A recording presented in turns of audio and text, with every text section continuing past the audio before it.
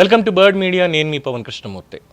అందరికీ బాగా అర్థం అవ్వాలంటే ఒక చిన్న ఎగ్జాంపుల్ తోటి దీన్ని స్టార్ట్ చేయాలి. ఎందుకంటే అంత పెద్ద టైటిల్ చూసిన తర్వాత బాబో ఇది ఏదో ఉందనుకుంటారు కదా.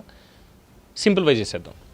లక్కీ భాస్కర్ సినిమా చూసాం కదా, అందులో బ్యాంక్ స్కామ్ ఏ విధంగా జరిగింది, ఎలా జరిగి ఉండొచ్చు అనేటువంటి విషయాలు మనకు చెప్పారు కదా. హర్షద్ మెహతా స్కామ్ని ఇందులో తీసుకొచ్చి ఆ పేరు పెట్టకూడదు కాబట్టి హర్షద్ భాయ్ అని పెట్టారు అంతే, ఆ మెహరానో ఏదోటి. సరే, అప్పట్లో హర్షద్ మెహతా బ్యాంకింగ్ స్కామ్ అనేది స్టాక్ మార్కెట్లో షేర్ల స్కామ్ ఏ విధంగా జరిగింది, అదెంత ఆ రోజుల్లో 4,000 కోట్ల ఏదో సంథింగ్ అంటారు దానికి సంబంధించినటువంటి దీనికి. అలాంటిది ఇప్పుడు ఏకంగా 15 లక్షల కోట్ల టర్నోవర్ స్కామ్ ఇండియన్ క్యాపిటల్ మార్కెట్లో హిస్టరీలోనే అరుదుగా కనిపించేటువంటి ఈ అకౌంటింగ్ అక్రమాల ఆరోపణలు ఇప్పుడు బద్దలయ్యాయి. బెంగళూరు కేంద్రంగా కార్యకలాపాలు నిర్వహిస్తున్నటువంటి రాజేష్ ఎక్స్పోర్ట్స్ లిమిటెడ్, దీని గురించి మళ్ళీ ఇంకొకసారి మాట్లాడుకుందాం, కొంతమందికి ఇక్కడ కూడా లింక్ ఉంది కాబట్టి.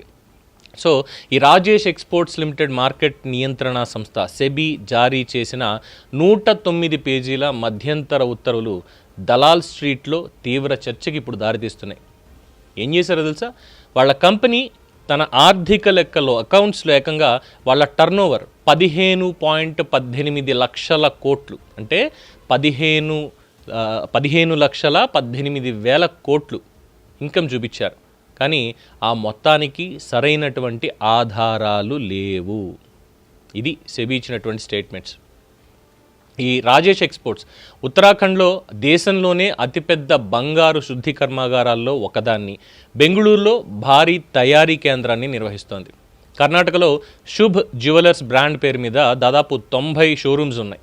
2015లో స్విట్జర్లాండ్కి చెందిన ప్రపంచ ప్రఖ్యాత బంగారు రిఫైనరీ సంస్థ వాల్ క్యాంబీని కొనుగోలు చేయడంతో ఈ సంస్థ ఏకంగా ఇంటర్నేషనల్ లెవెల్లో దానికి పేరు వచ్చింది. గ్లోబల్ ఫార్చ్యూన్ 500 జాబితాలో కూడా ఎక్కేసింది.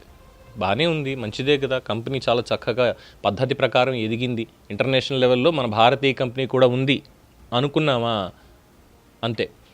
సెబీ చేసినటువంటి ఇన్వెస్టిగేషన్ ప్రకారం కంపెనీ వాళ్ళ మొత్తం గ్రూప్ ఆదాయంలో 97 నుంచి 99% వరకు వాల్ క్యాంబీ అలాగే ఇతర విదేశీ అనుబంధ సంస్థల నుంచే వస్తోంది అంటూ పెట్టుబడిదారులని నమ్మించింది. అయితే విదేశీ గోప్యతా చట్టాలని కారణంగా చూపిస్తూ అసలు లావాదేవీల రికార్డ్స్, ఈఆర్పి డేటాని పరిశీలనకు ఇవ్వలేను అంటూ సెబీ వాళ్ళకి పంపించింది వాళ్ళు.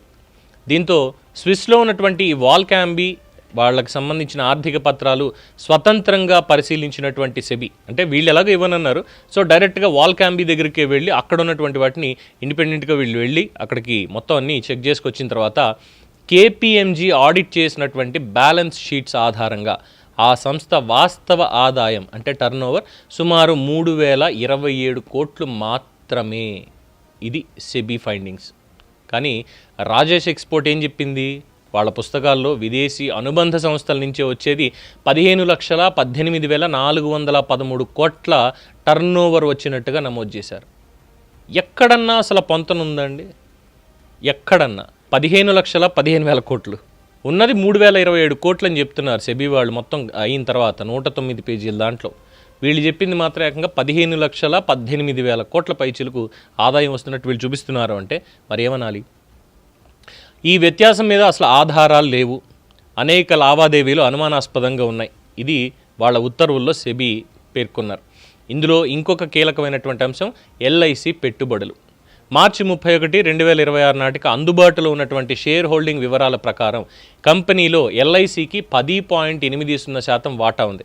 గ్లోబల్ స్థాయిలో కార్యకలాపాలు, భారీ ఎగుమతులు, బలమైనటువంటి వృద్ధి గణాంకాలు, వీటిని బేస్ చేసుకొని గతంలో ఈ కంపెనీ మీద సంస్థాగత పెట్టుబడిదారులు విశ్వాసం ఉంచారు. అయితే ఇప్పుడు వెలుగులోకి వచ్చిన ఆరోపణల నేపథ్యంలో పర్యవేక్షణ వ్యవస్థల పనితీరు మీద ప్రశ్నలు తలెత్తుతున్నాయి. సో 1992 హర్షద్ మెహతా కుంభకోణం ఏదైతే ఉందో సేమ్ దీనికి కూడా అదే రకమైనటువంటిది అంటున్నారు, కానీ స్వభావం మాత్రం చాలా డిఫరెంట్.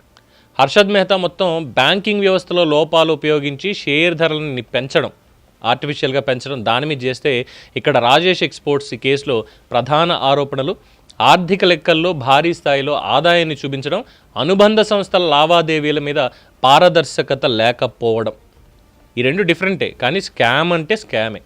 సో సెబీ చర్యల తర్వాత కంపెనీ షేర్ భారీగా పతనమైంది. ఒకప్పుడు 1028 ఉన్నటువంటి షేరు ఇప్పుడు 103 రూపాయలకు పడిపోయింది. మార్కెట్ విలువలో వేల కోట్ల రూపాయల క్షీణత, అంటే దాదాపు పెట్టుబడిదారుల సంపద ఎంత పోయిందో తెలుసా?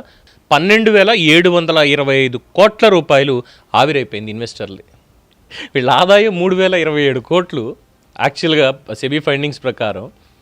దాన్ని మించి 4 రెట్లు అదనంగా పోయింది. వీడికి ఎక్కడి నుంచి కూడా ఈ 15 లక్షల కోట్లు అనేటువంటిది అసలు లేనే లేదు. అయితే దీని మీద ఇంకా ఫైనల్ ఫైండింగ్స్ అనేది రావాలి, డెసిషన్ రావాలి. ఒక పక్కన సెబీ దర్యాప్తు కొనసాగుతోంది, కంపెనీకి తన వాదనలు వినిపించే అవకాశం కూడా ఉంది.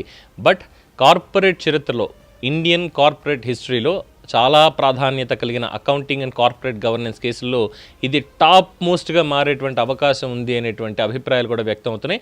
అలాగే దీని ప్రమోటర్గా ఉన్నటువంటి రాజేష్ మెహతాని ప్రస్తుతానికి దాని నుంచి తప్పించారు. సో ఫర్దర్ ప్రాసిక్యూషన్ ఇవన్నీ కూడా నడుస్తాయి.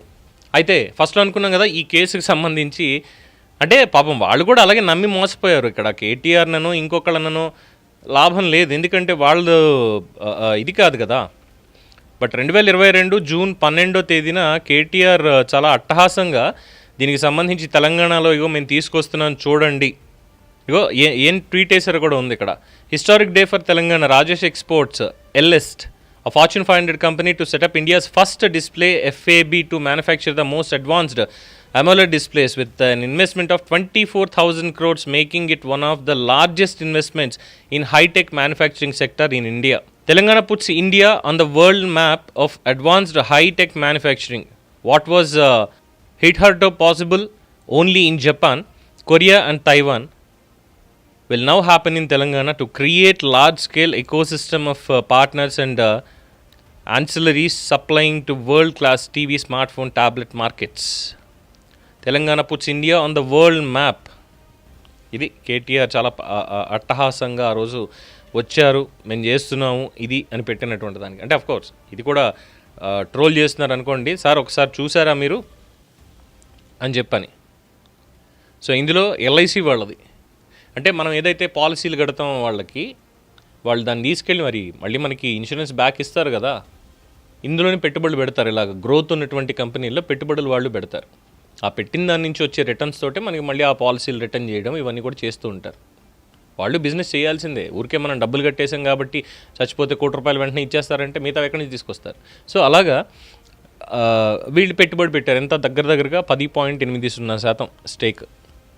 అంటే ఓవరాల్గా వీడు చూపించిన దాన్ని బట్టి ఎంత పోయి ఉండొచ్చు ఆలోచించాలి. చూద్దాం గవర్నమెంట్ ఏం నిర్ణయం తీసుకుంటుంది దీని మీద, అలాగే మరి ఇంకా ఎంత బయటపడుతుంది అనేది వెయిట్ చేయాల్సిందే. దీని మీద మీ అభిప్రాయం తెలియచేయండి. చూస్తూనే ఉండండి ది బర్డ్ మీడియా. ఈ వీడియో మీకు నచ్చినట్లయితే లైక్ చేయండి, షేర్ చేయండి, సబ్స్క్రైబ్ చేయండి. మరిన్ని అప్డేట్ల కోసం మా వాట్సాప్ ఛానల్ను ఫాలో చేయండి.